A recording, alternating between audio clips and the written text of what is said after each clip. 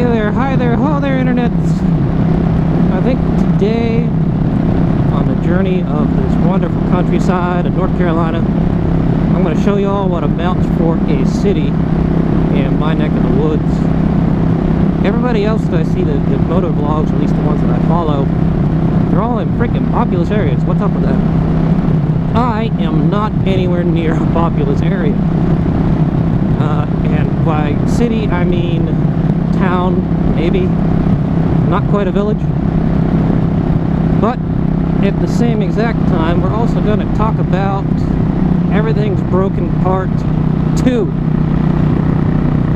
So, we have a pool, and I had swore to myself last season I would get this thing running by the end of May, so help me God.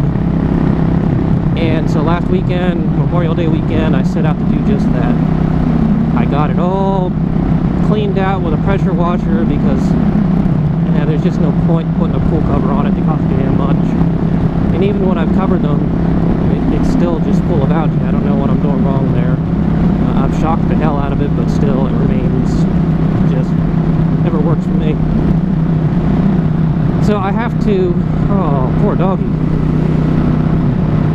I have to take one of the sides of this little Intex pull down, and I take a pressure washer to it, and I spray the crap out of it for an hour, get all the gunk out of it, fill it back up with water, and boom, pool's clean.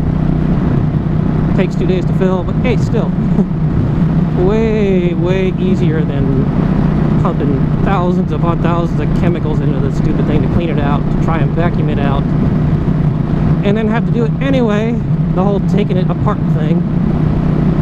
So this year I thought I was ahead of the curve.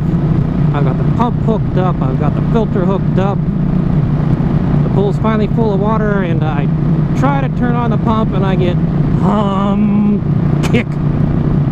Oh, that's interesting. I don't know what that is, it's never done that before.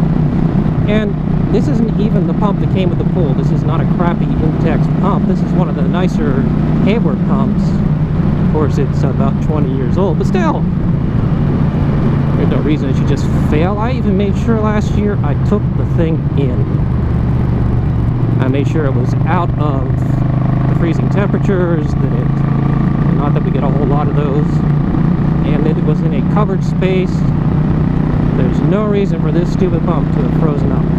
But apparently it's just a thing that they do. It's not uncommon. Alright, fine. Well, I wondered if it wasn't just my wiring. So I go to hook up our salt, whatever the hell it is. So we have this really cool salt filter that it splits apart salt into sodium and chlorine.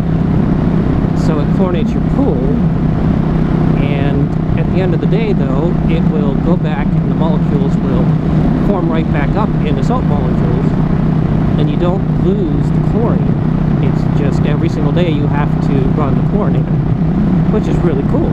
It's much cheaper to operate than a chlorine pool, and it doesn't sting the eyes, and all around it's a better deal. So last year I had to buy a new one because one of the pieces, the only real plastic piece the water flows through, cracked.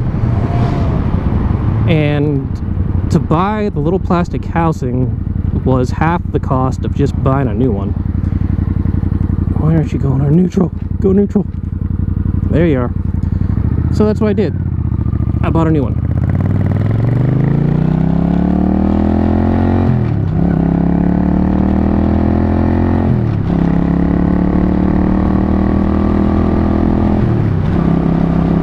So it's brand new chlorine filter, chlorinator, whatever.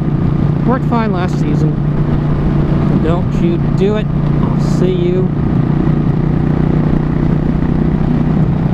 So this brand new chlorine filter worked great all of last season. I put that away as well in the same covered space. It's not heated, it's covered, but it remains a constant temperature. It's under the house.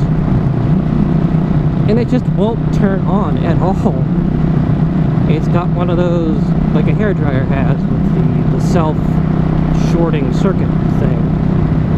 And I don't know what could possibly have gone wrong with it, but it's not getting any power at all to that block. It's very, very strange. So that didn't work. Alright, fine, I guess I can deal with that. I could always put chlorine in the pool if I have to for now. And I'll rip apart the other one that I still have and salvage parts off that to make this one work. Fine, I'll deal with that. So the next day I find out that I can kickstart the pump, as it were, because the wirings inside the motor housing just basically freeze up with, it's not carbon, but it's whatever copper, not rust, but turns into, it just freezes against the housing. It won't turn freely. But if you shove a screwdriver into the end of the little shaft that runs through the motor and turn that at the same time you're turning the pump on, it'll kickstart it and it'll start up and it'll just knock off all the crap and continue to run the rest of the season. That worked, thing. Yay! Pump works. No! Pump sounds awful. As in, it's time to replace the seals and the bearings on the pump. Alright, fine, it's 20 years old, whatever. $50 for that project. Not too bad, better than spending $200 on a pump. But now, my sand filter, which has never screwed up before, and there's really no reason for it to screw up.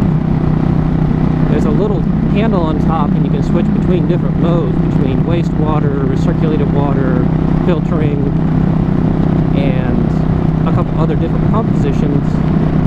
None of them work. None of them work the way that they're labeled anymore. And I can't for the life of me figure out how that can break. It makes no sense. So, yay, I'm dealing with that. I finally found a position on the pump that says waste, but actually is the filter position. It at least allows me to recirculate the water through this point, so I can go ahead and at least get the water flowing and help to prevent the pool turning green, which was the whole reason I started this process to begin with. And there we go, more crap that just will not work for any reason whatsoever.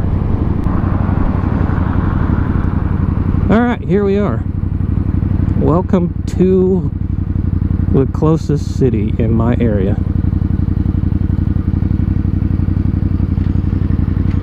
Oop.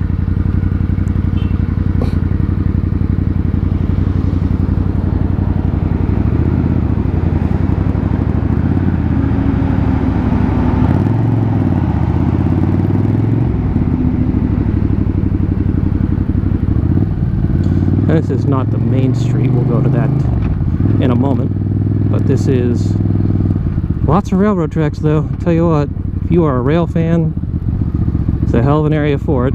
Oh look, liquor store. Ooh, I can turn again. Go, sticker. Yeah, fucking close enough. And here it is, folks. Welcome to Benson. Oh yeah, this is middle of frickin' nowhere. This is the city in the middle of frickin' nowhere, and it smells like ass. What the hell is up with that? I can smell poop. Hello, ambulance. We meet again. Here we're coming up on downtown proper, baby. Oh yeah. Can you stand the oh shit excitement? Can you dig it? And there's no reason I can determine why it should smell like a sewage treatment plant, but still it does. It dawns on me, I have no idea what the speed limit through town is. Probably slower than what I'm going. Ooh, train tracks. No. Oh, damn you lights. Look at that, a John Deere golf cart. How bizarre. Never seen that before. I can't. Oh, there we go. I can see what that like color is. And here it is. It's done. We've gone through it. Almost passed through it. Now we're going to go off and do more country roads. Oh, yeah. Ow. Oh, look, a horse. Check that out. That's awesome. You don't see that shit in the cities. Oh, yeah. Horse crossing. Debris in the road. Ah! Shit. Oh, cool. Check that freaking treehouse out. Nice. Oh, I should have been going slower. I don't think you'll be able to see it.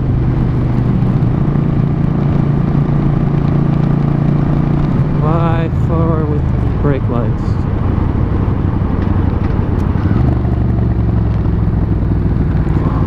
What the fuck are you doing?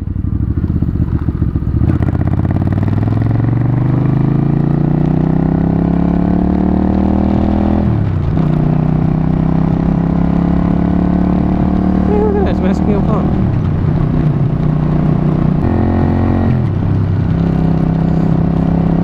Got it.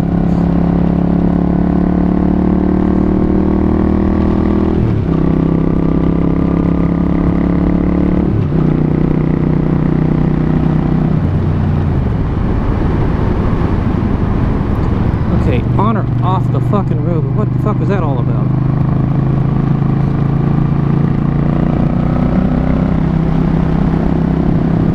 Honest to God, use your eyeballs, fuckers! Oh my God, today! Oh, people are stupid! Howdy, you gotta stop. You gotta stop, stop, stop. Stoppity, stop, stop.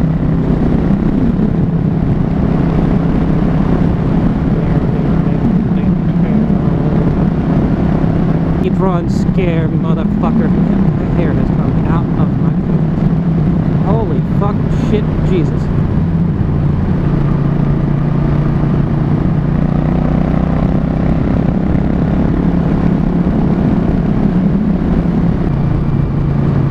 Alright, folks, so there you are. There is my sordid tale of crap breaking part 2. I hope you enjoyed some of the scenery that lovely North Carolina can bring to you. Look at that, just a little development for the sake of being a development. So I'm going to just say bye-bye, because I don't have any clue how much battery life is left in this device. And I have no clue at all in the world where I actually am. I have no idea how long it'll take me to get home. So folks, bye-bye.